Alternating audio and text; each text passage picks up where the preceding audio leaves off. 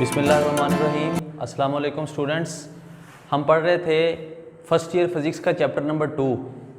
आज हमारा टॉपिक है addition of vectors. Addition of vectors के वेक्टर्स को हम ऐड कैसे करते हैं। वेक्टर्स को ऐड करने के 2-3 तरीके हैं। एक है उनमें से ट्राइएंगुलर मेथड, एक है पैरेललोग्राम मेथड, ठीक है, और अलजेब्राइक मेथड भी होता है एक। मैट्रिक्स के ज़रिए हम उसमें ऐड करते हैं वेक्टर्स को। अच्छा, हमारे इधर सिलेबस में है head to tail rule. Head to tail rule, इसको हम ट्राइएंगुलर लॉ भी कहते हैं, ठीक है। अब हम देखेंगे कि हमने वेक्टर्स को ऐड कैसे करना है, लेकिन उससे पहले आपको पता होना चाहिए कि एडिशन ऑफ वेक्टर्स की कंडीशंस क्या हैं, कि कंडीशंस क्या हैं। क्या हमेशा 2 वेक्टर्स ऐड हो जाते हैं या कोई भी 2 वेक्टर ऐड हो जाएंगे, तो उसकी कंडीशन समझें। पहली कंडीशन ये है कि एक वेक्टर क्वांटिटी वेक्टर क्वांटिटी में ऐड होती है। तो पहली कंडीशन क्या है कि टू क्वांटिटीज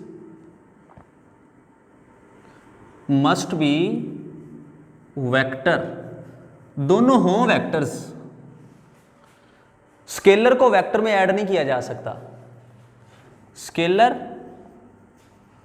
और वेक्टर ये इम्पॉसिबल है, इन दोनों को ऐड नहीं किया जा सकता। स्केलर को स्केलर में ऐड किया जाता है, वेक्टर को वेक्टर में ऐड किया जाता है, ठीक है, क्योंकि स्केलर के अपने रूल्स होते हैं और वेक्टर के अपने। स्केलर तो ऐड हो जाते हैं सिंपल अरिथमेटिक से, सिंपल अलजेब्रा से, लेकिन वेक्टर्स इनके लिए स्पेशल रूल्स होते हैं, उसे हम कहते हैं वेक्टर अलजेब्रा, ठीक है। अच्छा, एक तो है कि दोनों वेक्टर्स होने चाहिए। दूसरी कंडीशन ये है कि दोनों की नेचर सेम होनी चाहिए। नेचर सेम, मसलन वेलोसिटी और डिस्प्लेसमेंट दोनों वेक्टर हैं, लेकिन आप डिस्प्लेसमेंट को वेलोसिटी में ऐड नहीं कर सकते। कैसे? अगर मैं आपसे कहूं कि आप 2x और 3y इन दोनों को प्लस कर दें, तो आप इनको प्लस कर सकते हैं? तो आंसर है नहीं, इसको आप वैसे ही लिख देंगे 2x प्लस 3y। अगर मैं आपसे कहूं कि आप 2x और 2x इन दोनों को प्लस कर दें, तो आप क्या लिखेंगे? 2 और 2 4x। रीजन क्या है? आपने इन दोनों को ऐड कैसे कर लिया? इन दोनों की नेचर सेम थी, ये भी x था, ये भी x था। इन दोनों की नेचर डिफरेंट है, ये x है और ये y है, ठीक है। 2 vectors must be of same nature. तो अगर कोई आपसे पूछे कि एक्सेलरेशन और वेलोसिटी इन दोनों को ऐड कर सकते हैं, तो आंसर है नहीं ऐड कर सकते। हाँ, डिस्प्लेसमेंट को डिस्प्लेसमेंट में ऐड कर सकते हैं। मैं आपसे कहूं कि कोई चीज़ यहां से चली है, 3 मीटर का डिस्प्लेसमेंट उसने तय किया है, उसके बाद उसने 2 मीटर का तय किया है, तो टोटल डिस्प्लेसमेंट बताएं, तो आप कहेंगे 3 + 2 5, ठीक है, अगर दोनों की डायरेक्शन सेम हो। तो पहले ये चीज़ क्लियर करनी ज़रूरी थी। मैं रिकॉल कर देता हूं कि सबसे पहली बात यह है कि स्केलर स्केलर में ऐड होता है, वेक्टर वेक्टर में ऐड होता है। स्केलर और वेक्टर को आप ऐड नहीं कर सकते। और दूसरी बात, दोनों वेक्टर्स उनकी नेचर भी सेम होनी चाहिए। अब हम डिस्कस करते हैं हेड टू टेल रूल कि कैसे हम वेक्टर्स को ऐड करते हैं। इसके कुछ स्टेप्स हैं। सबसे पहला स्टेप है आप वेक्टर्स को ड्रा कर दें। ये है वेक्टर A और ये है वेक्टर B। आपने इनको ऐड करना है, ठीक है। ये A है और ये B है। तो पहला स्टेप, हमने वेक्टर्स बना लिए हैं। बनाना है with respect to some suitable scale.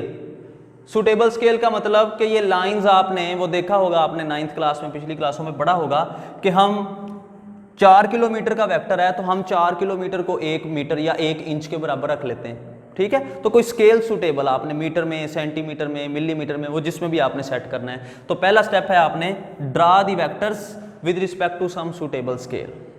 अगला स्टेप, रूल के नाम से ही समझ आ रही है, हेड टू टेल रूल। आपने A + B फाइंड करना है, तो क्या करेंगे आप? ये B को सेम उठा के इधर रख रहे हैं, ठीक है। ये है इस वेक्टर को हम उठाएंगे, इस वेक्टर को हम उठा के, या बल्कि आप ऐसे आपको समझाते हैं a plus B, A vector ऐसे ही रहेगा, ठीक है, बी को उठा के ऐसे रखेंगे, ये है हेड और ये है टेल, बी को उठाएंगे और इसके ऊपर रख देंगे ऐसे, ठीक है, हेड इसकी टेल, ये दोनों ऐड हो गए। तो दूसरा स्टेप है join the head of the first vector with the tail of the second vector. तीसरा स्टेप है इनका रिजल्टेंट फाइंड करना। देखिए पहले का क्या रह गया है, टेल, आखिरी का क्या है, हेड, इन दोनों को ज्वाइन कर दें, ये है इनका resultant. In order to get the resultant join the tail of the first vector with the head of the last vector. और आखिरी स्टेप है, ये जो रिजल्टेंट बनाया है ये भी तो वेक्टर है और वेक्टर की डायरेक्शन होती है, इसकी डायरेक्शन किधर को होगी, हमेशा आखिरी वेक्टर के हेड की तरफ। तो ये क्या, सबसे पहला step, draw the vectors with respect to some suitable scale. Second step, join the head of the first vector with the tail of the second vector. तीसरा step, in order to get the resultant join the tail of the first vector with the head of the last vector।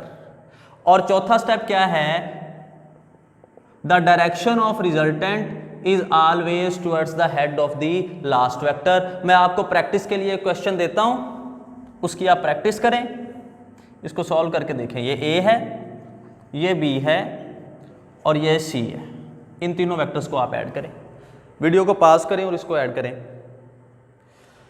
Ji try कर लिया होगा आपने, अब मैं आपको solve करवाता हूं। देखें जी, ये ए वेक्टर है, बी को उठाएं और ऐसे इसके ऊपर रख दें, ये बी, ठीक है, ये ए है, ये बी, ठीक है, हेड टेल। अब इसको ऐसे ही उठाएं और ऐसे, ये हेड और ये इसकी टेल, ये लीजिए, ठीक है, पहले वेक्टर की टेल, आखिरी का हेड, इनको ऐड कर, यहाँ पे लगा दें, ये सी, और ये था सी वेक्टर और ये इनका रिजल्टेंट आ गया A plus B plus C, ठीक है। तो ये है जी head to tail rule of vectors addition, इसको नोट कर लें।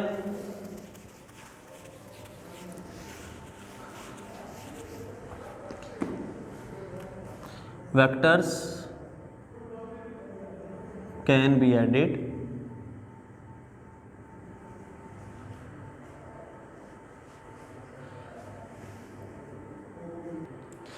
जी, तो इसको नोट कर लें।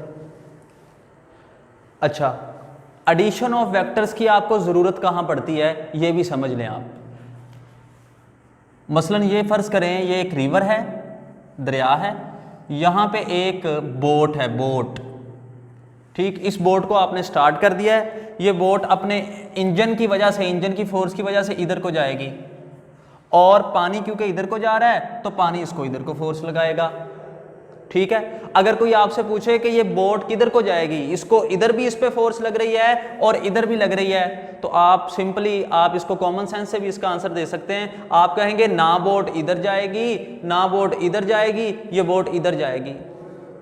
तो ये आपने कैसे बताया, ये इसका रिजल्टेंट वेक्टर ही है, ठीक है, आपने दोनों को ऐड करके बताया है। ये देखें, इसको अगर आप ए कह लें, इसको अगर आप बी कह लें, तो इनको आप कैसे ऐड करेंगे, ए को आप ऐसे ही बना लें और बी को हेड टू टेल रूल इसके साथ प्लस करें, ये इनका रिजल्टेंट बनेगा, तो ये जाएगी जी इधर, बोट जाएगी, ये है इनका रिजल्टेंट। रिजल्टेंट वेक्टर क्या होता है ये भी समझ लें। जैसे आप एग्जाम्स देते हैं तो आपका रिजल्ट आता है ना, मसलन आपके एक चीज़ में 20 मार्क्स आ गए, एक में आपके 10 आ गए, अगली में आपके 30 आ गए, ठीक है, और 40 आ गए, इन सब को आपने प्लस किया तो आपके आ गए 110। मैंने ऐड नहीं किया, वैसे हो सकता है 470, ये ठीक है। तो इसको आप कहते हैं जी रिजल्ट, इसको आप रिजल्टेंट कहते हैं। ये कैसे हासिल हुआ है, a vector which is obtained by adding all the vectors, आपने इन सब को प्लस किया है, फिर ये आपके पास हासिल हुआ है। अच्छा, इस 110 में 110 में इसका इफेक्ट भी है, इसका इफेक्ट भी है, 30 भी है, इसमें 40 भी है, तो इसलिए मैंने ये लाइन लिखी है, it has same effect as the combined effect of all the vectors taken together. ये था जी रिजल्टेंट वेक्टर और ये था जी आपका आज का टॉपिक। इसे नेक्स्ट टॉपिक में हम इंशाल्लाह नेक्स्ट लेक्चर पढ़ेंगे।